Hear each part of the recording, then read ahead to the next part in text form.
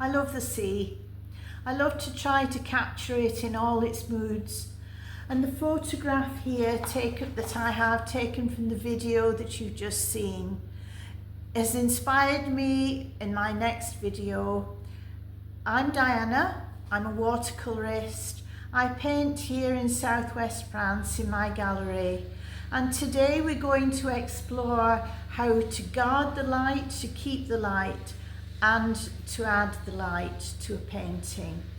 I'm going to use two different supports, a white watercolour paper and a black paper, and this subject will be spread over two videos. The first one we're going to deal with is on white paper, how to keep the light. So join me, it's going to be fun, it's going to be an adventure. And let's paint. This photo of the sea at night, the tide coming in, the lights of the foreshore, the light captured in the sky is a wonderful image. And I want to try to capture this image in two different ways. So I have two different papers prepared. A black watercolour paper here on the board, and also a white arch paper, same size, both fine grain, both round about the same weight, about 300 grams. And so this video is all about how we create this image using two different supports. Probably I think the whole exercise is going to be spanned over two videos, because I'm going to start with the white paper. How do we retain the light because the paper is white? In watercolour terms, we use the light of the paper to give us that dazzling effect. And for the black paper, how do we create light? We already have the dark, we need to add the light. So this is a case of working in reverse for both images. It will be interesting, hope it will be fun. I'm going to start with the white paper as I've just mentioned, and first of all we'll cover the different ways that you can retain the light in the image whilst darkening the paper enough to create that contrast. So off we go, another painting adventure, let's paint. Using masking fluid is the first means that you can use to keep the light on white watercolour paper. And so this is what I'm doing here now. I have done a pencil sketch, which is very faint, which is hard for you to see, I know. And I'm using masking fluid, first of all having dipped my liner brush in a protective layer of washing up liquid.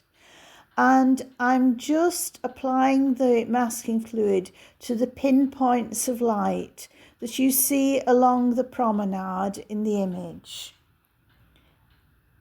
Because the brush is protected, it's easily washed afterwards. So now you can see I have the points of light masked with the masking fluid. Nothing else, none of the waves or the light reflections, just the points of light. Hope you can see it there. But referring back to the image, you can see the points of light that I've selected and the point of light here, the reflection, but not the light that is here. This is going to be done in a different way. and the points of light along the horizon. Now we need to let it dry. Now we have the challenge of creating or making sure that we don't lose the white of the paper here in the swell of the waves. So I've decided to use wax resist method. So in short, I've got a candle here that I've trimmed to a sharper point, cut the wick off, although there's still a little bit showing, but I've also given myself a guide just in pencil of the areas where we have the foam. So I'm going to apply the wax along the lines. It's difficult to see, so that's why I've put the pencil guide in. And I'm just going to rub the wax into the area. It is possible to see it turning shiny. The disadvantage with using wax resist is that once you've done it, you're stuck with it. So if it's in the wrong place or it isn't giving the right impression, it's going to look a mess. We will see, and the only time we will really see whether it's worked is when we put the paint on. So watch this space, literally. Sorry about the noise in the background. They're actually digging the road up outside the gallery and it's extremely noisy. Do apologise for that. But I'll carry on now with this and come back to you when it's all done. Now everything is dry, the masking fluid is dry, and I've applied the wax to the areas where I want to be able to create the idea of the foam and spray of the sea. I've sorted out palettes. I have two blue palettes here, Payne's Grey, ultramarine blue, and this palette here, which is ultramarine blue and burnt sienna.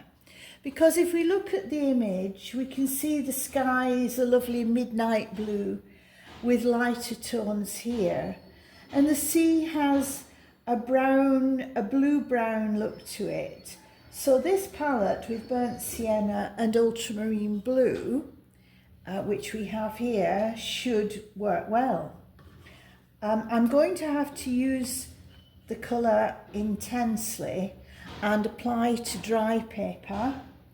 And I also, on standby, have two palettes, yellow and transparent orange, because this part of the shoreline here, I'm going to start with an orange wash. So once I've got the palettes all working, I'll be all set to go and we'll see what happens. I'm quite excited really to see the effect of the wax that I've applied, but first we'll start with the sky. So stay with me now and let's get on with the job.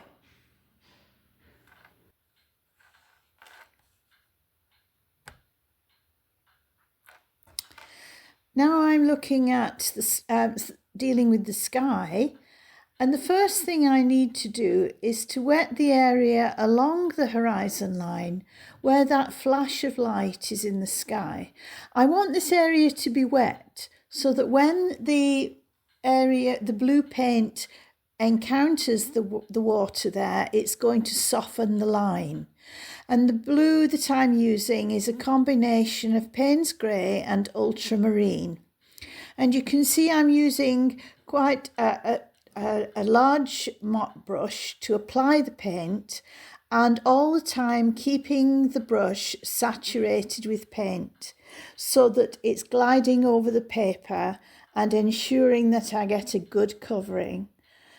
I'm not hesitating when I touch the water on the horizon line because I want the paint to gradually run into it to give us a soft misty line along the horizon. Some of the sky is a little bit out of shot, but it's really just where we meet the promenade, and I hope it's not too much of an inconvenience for us not to see it that well. But you can see already that the water is bleeding into the paint and giving us a misty, hazy line, which is exactly the effect that I wanted to create. I'm spotting some more paint in now so that it could be as dark as possible. Working on dry paper always gives us a concentrated amount of colour, and I'm just letting it move by tipping the board so there's an even distribution. Okay, and now it's dry, miraculously, and the video is speeded up 3 times the speed, and I'm defining that horizon line again. This time I've changed the palette to a burnt sienna and ultramarine blue combination, which I will be using throughout the painting of the sea, which we're about to start. And this is where we find out how the wax resist has worked. It's always a bit of a gamble and a bit of a surprise, but here we go. Again, I'm using a number 10 mop brush and adding the paint generously. And you can see already there are areas which are resisting the paint, which is the effect we wanted. And I'm going to take this paint right up to the line that you see on the right-hand side, where the last wave is coming onto the beach. I've tried to divide it into sections and it does look like it's working, so sometimes you just get lucky. I didn't know how this was going to turn out, but here we go. That lovely combination of ultramarine blue and burnt sienna is giving us a lovely combination of browns and blues, which is exactly what I wanted. And I'm just dampening the area on the right, with a pale version. Spot more colour in so the colour can be intense, and again let the board do some of the movement for me. Just move it horizontally with the brush. So that's not bad, but I'm using my finger now to blend the wax. It is movable. If you're gentle with it and just use the pad of your finger, you can move it so that it's less severe if there are some areas which you're not happy with. And also it helps to combine the paint with the wax and gives a softer feel to the whole thing. Then I got a little bit carried away, dipped my finger in the paint and spread it a little. But it is a sea after all, so there's movement there, so that's fine. Just enjoying it really. And the one remaining area, white area, of course, is the beach. And the underlying colour is this vibrant yellow. So I'm applying that now with a smaller mop brush to make sure that it's evenly distributed, and using a little liner brush just to add some colour to the buildings on the promenade.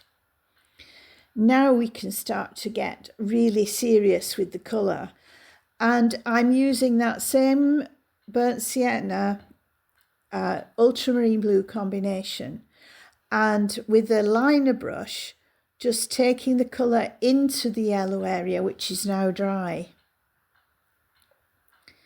Kind of following the lines of the surf now, just darkening the areas which you see in the image are darker than the actual surf in the middle of the picture. This is a very dramatic photograph, and it was a lovely place to be. On the beach at midnight, which was really fine. You can see the colour now coming down and also moving across. Now I'm gone to a larger brush. I was using a liner to start off with, but now I'm taking it right down and being generous. That's the key, be generous with the paint.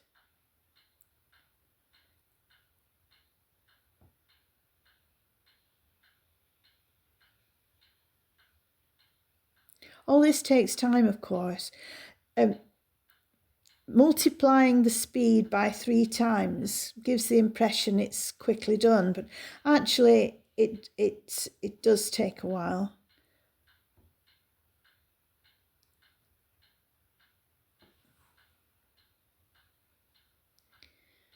Now I need to start to think about this area at the top where we have the reflection of the lights from the promenade. I'm just adding some initial detail of the burnt sienna ultramarine mix, just to give me the chance. I have more detail to do there, obviously. And then tip the board so that it runs. Plenty of paint is really the answer here for this picture. Everything is dark. I'm just moving a little there, just across the detail that I put in. And I've changed the angle of the board, as you see, because just to make it more comfortable for me to have access to. And I don't want to catch the area on the right with my hand. So I've changed the angle of the board, and I'm adding colour horizontally to the darker area near to the horizon. Same palette, burnt sienna and ultramarine blue.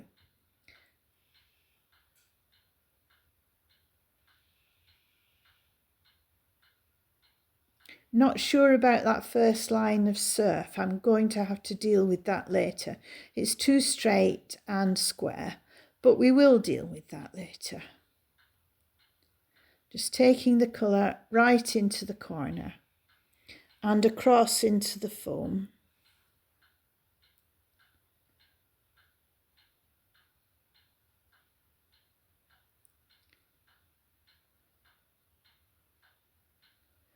Though this picture has taken quite a long time to create, it's certainly been fun to do and full of surprises.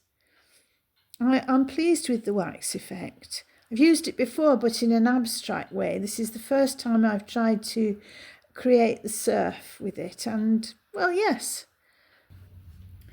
Now I'm going to paint this detail of the promenade here upside down. Those of you who've watched previous videos of mine will know that I do resort to this technique from time to time, especially when the detail needs to be accurate and I need just to see the pattern of light and shade. So I have my orange and yellow palettes and of course the ultramarine burnt sienna that I've been using all along.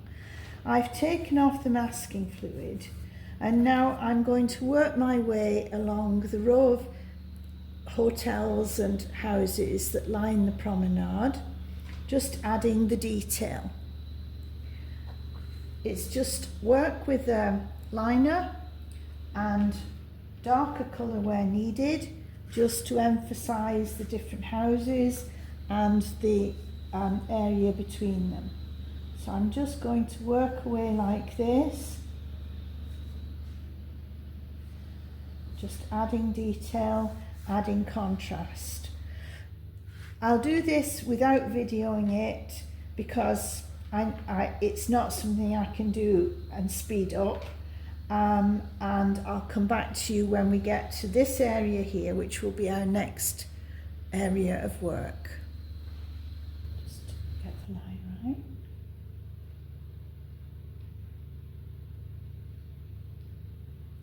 I have already indicated where the reflections arrive into the water, because here we've got an area of the wash of the sea as the tide has come in. I want to continue the dark colour down here, so I'm going to bring this across here into this area, going to this end of the palette with the dark blue, coming down here horizontally, going to meet my waxed area here where the tide is coming in. Now I'm going to go to the smaller liner and fill in the gaps, if you like, because between these areas of light I have darker areas, so I want to just take the colour down like this, just to emphasise the areas which are in light.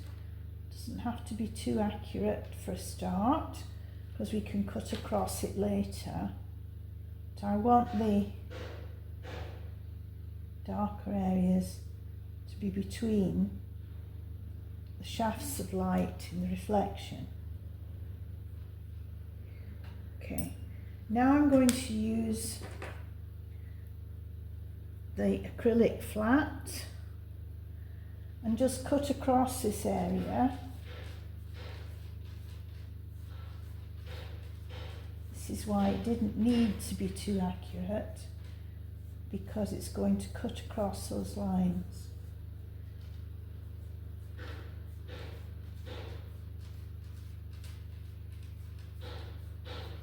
To give us the reflection in the water.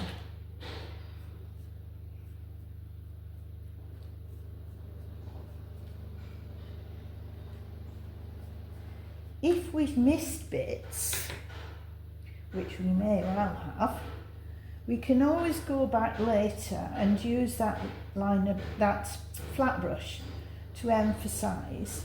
I'm just going to put more colour on here, just to kind of give it that extra contrast. Okay, there will be some colour to take out here.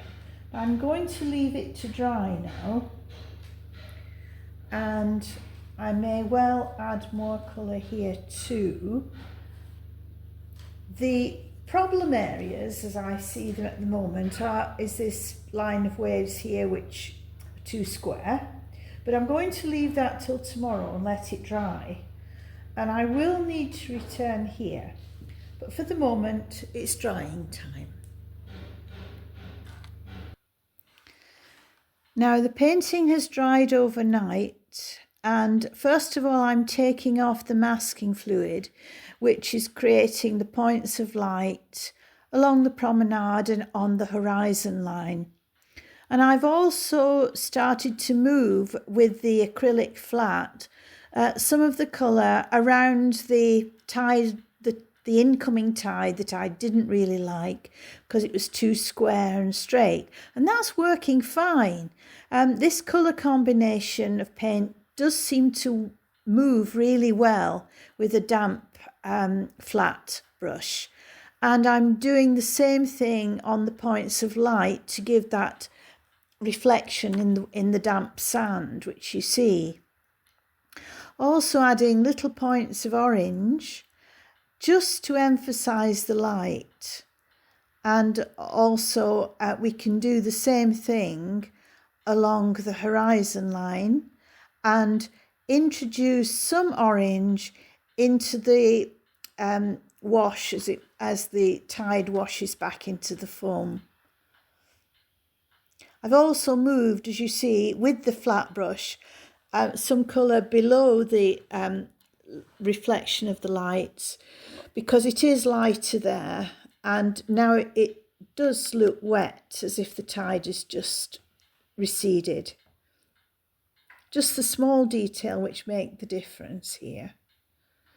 Now I've decided to put a very diluted orange wash over the whole of the sea, starting at the top and working down with my number 10 mop brush. This will just turn the foam slightly orangey brown and will help to combine it with the beach and the line on the promenade. Just the finishing touch, really.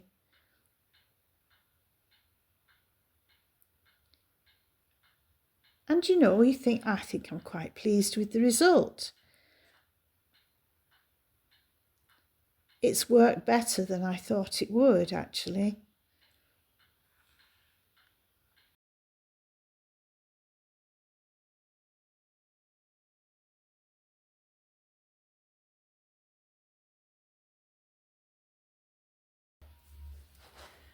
Well, there we have it. I think I managed to keep the light and I'm pleased with the result. It's been a very enjoyable, if not challenging, experience. Now we have to do the same in reverse.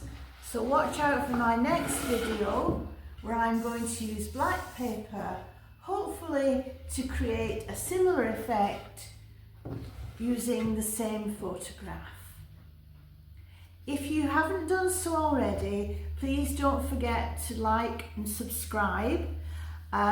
Ring the little bell so you'll be notified of my next video, and look back at some of the videos that I've done in the past. I cover a whole range of subjects. I like to paint everything, and I like to pass on my knowledge and experience so that you'll enjoy your watercolour painting. Till the next time, bye.